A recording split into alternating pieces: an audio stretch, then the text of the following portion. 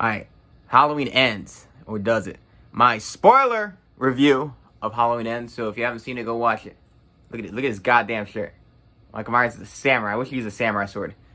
So, overall, I think Halloween 2018 is okay. I think Halloween Kills an abomination. I think this movie's okay. I think we could delete Halloween Kills, and this movie will make perfect sense with 2018. It could just be 2 movies. And then it'll be an okay 2 sequels. So, the big thing that everyone's talking about is the new route they went. And I was on and off. But overall, I liked the route. I respected it. It's Halloween, but Michael Myers is not the killer for the majority of the movie. It's this kid named Corey Cunningham. And he's very much like the kid from Christine. Somebody watched Christine. He looked the same, but a nerdy, dorky guy who doesn't like society. And he finds some passion, and he ends up being a violent killer. Good stuff, though. In this movie, the problem with this movie is I respected that. I thought it was an ambitious new way of doing it. It's either you're on board or you're off board. This is going to make or break the movie for you.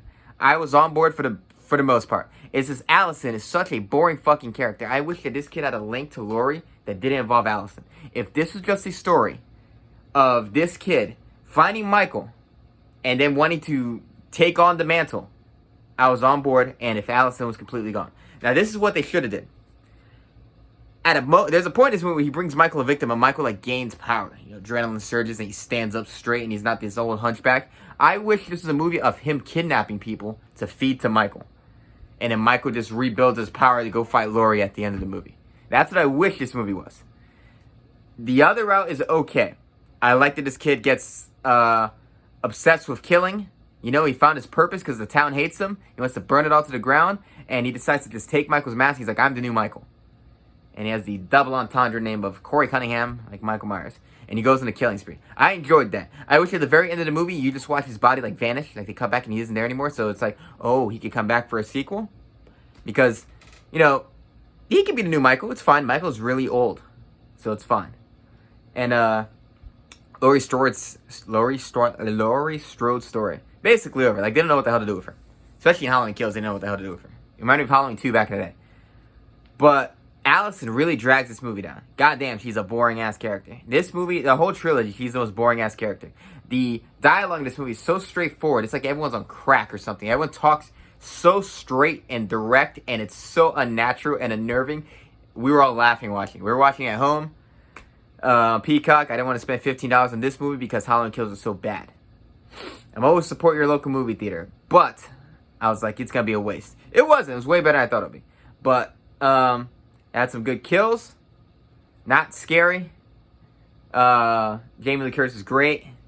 The new angle I was on board for. I thought the fight at the end was good. And Michael getting put into a giant car crusher thing was hilarious.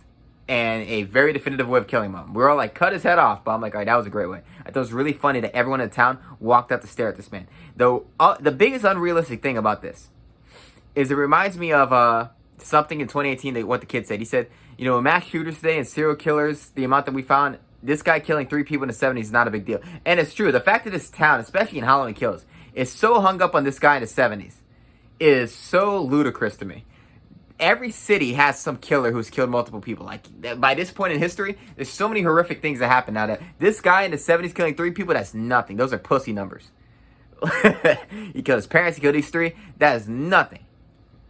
If you hung up, and the town hating him, I'm like, if you hung up Jeffrey Dahmer in Milwaukee, they wouldn't be screaming and throwing. A lot of people would just be fanatics of his, just staring and watching in amazement, but they wouldn't be angry and raging and wanting to kill him. So, yeah. Overall, decent movie. I like this Corey Cunningham kid. He ended up being a good character. I like Laurie Strode calling it a suicide, and the kid stabbed himself in the throat. I thought the intro was ridiculous, but it sparked everything off. If this kid didn't want to play hide and seek, none of this would ever happen. But overall, solid C+ movie. So 2018 is a C. This one, is this better than 2018? Nah, it's not better than 2018. But it's not horrible, like Halloween Kills was. So, anyways, Halloween ends. What do you think? And do you think it's really over? I don't, because if it makes money, it's never going to be over. And, yeah, like and subscribe.